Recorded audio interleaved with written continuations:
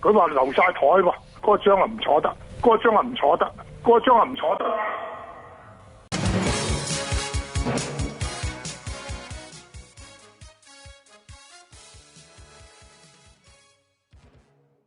講到澳門嘅民間美食，你又會諗到喺邊度？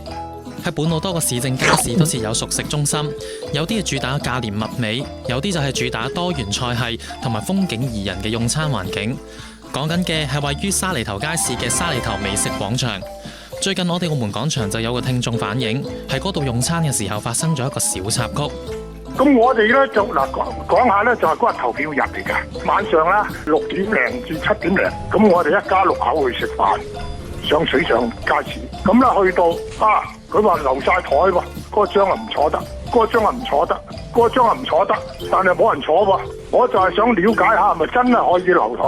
如果你留台係咪真係要譬如我包場嗰啲去到政府申請啊？美食廣場可以留台又真係少聽到，就呢個情況，特派員就同市政署了解過，佢哋嘅回覆就話，沙梨頭美食廣場用餐區係先到先入座，不設留位。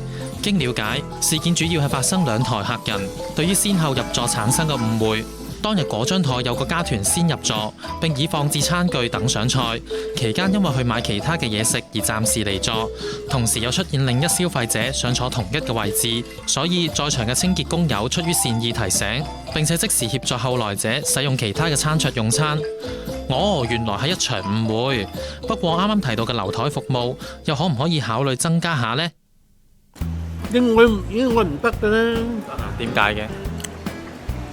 咁你公眾地方嚟嘅，點會留位啊？係咪啊？咁但係如果即係冇得留位嘅話，咁一班人上嚟食嘅話，咁應該要點做咧？6個人一齊坐嚟嘅話，咁咪分開坐咯，可以咪每個推動都係4個位啊嘛，一張台。但係你留到個東西喺度，你又唔喺度咧，個霸位呢個行為咧唔係幾好。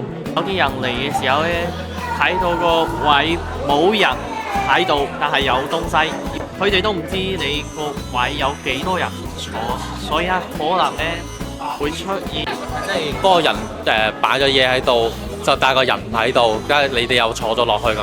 係，因為呢個情況係冇船。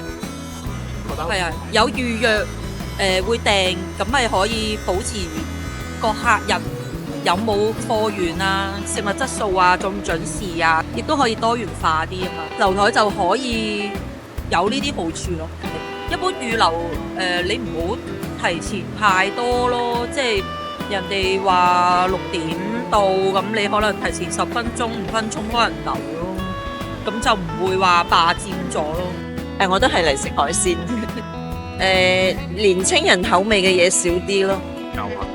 如果可以多翻4、5間，多啲唔同種類嘅嘢食選擇會好啲咯。因為我淨係見到一間魚生、一間泰國餐廳、一間漢堡包，真係選擇唔多。